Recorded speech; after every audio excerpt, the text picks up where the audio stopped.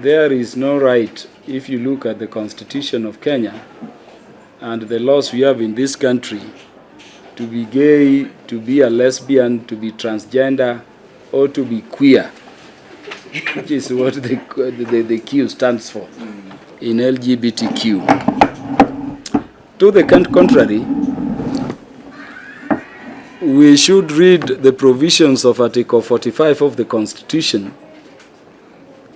First, it places the family at the very heart of the society. In fact, what it says is that the family is the fundamental unit of the society. At sub-article 2 of Article 45, it says only people of opposite gender can marry one another.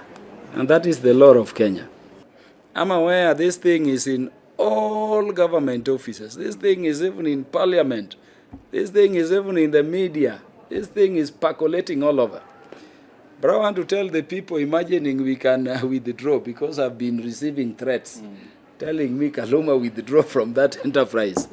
Tell them to study my history with matters concerning the family. Yeah. We brought down the slave queens the other day.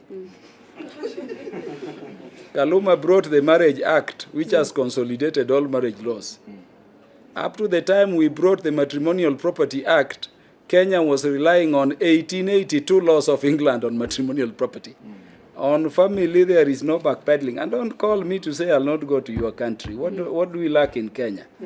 You can cancel your visa. I was a short while back in a foreign country, and you can imagine being approached by a fellow man asking me to go out and mess with him, sleep with him. And the guy has the audacity to tell me I look nicely round. Can you imagine? What a level of perversion. So I'm telling our people that this is an enterprise which is going on. There is no reverse gear, and it is going to succeed. On the day this bill is going to be tabled, it is going to be Kenya versus Sodom and Gomorrah, the other side. Yeah. Anybody who will rise to oppose will belong, and Kenyans will see them, to Sodom and Gomorrah immediately. And as Kenyans will fight very hard, and I know we are more than the people of Sodom and Gomorrah sent in this parliament, I know we will succeed. So I appreciate what is happening. The bill has been drafted. We are now waiting for Parliament to move forward. But as we do that, we want to encourage our institutions to know that they exist for Kenya, not for foreign powers. Do you find it any coincidental that that determination by a majority of the bench members in the Supreme Court was handed down when the First Lady of the United States of America was arriving in Kenya? It's not a coincidence. Is it coincidental that then you see her giving us some 16 billion for hunger? This hunger of ours, which makes people think our moralities can be bought. Why don't we have measures to end it?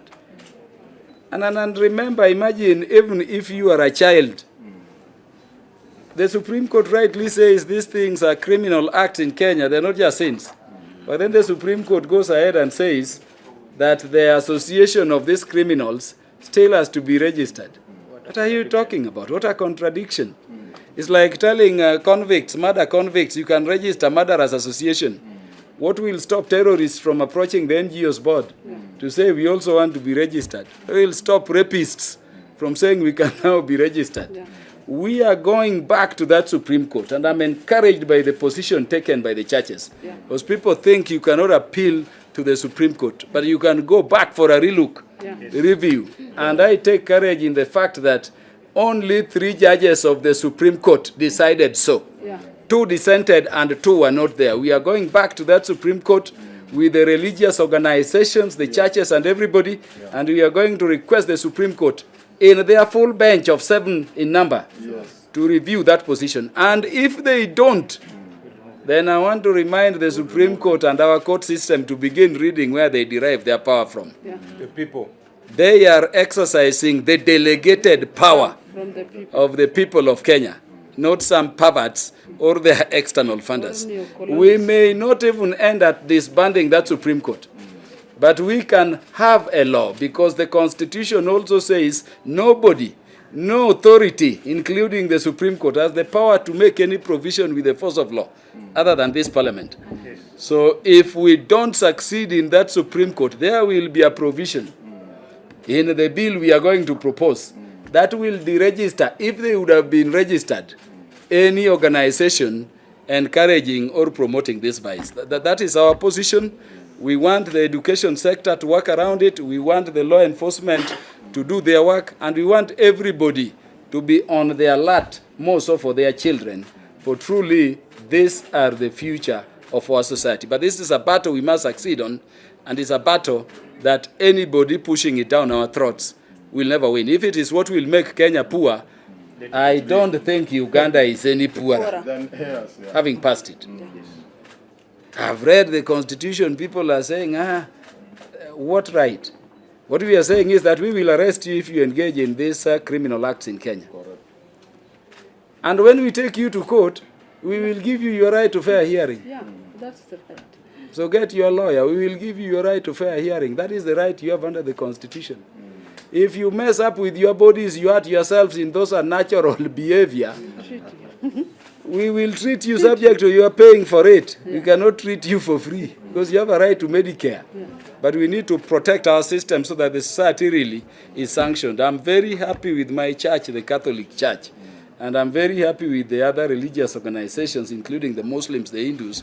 And I'm happy that the church is, voicing their moral position and their position as an institution in this church. I thank you very much. Thank you.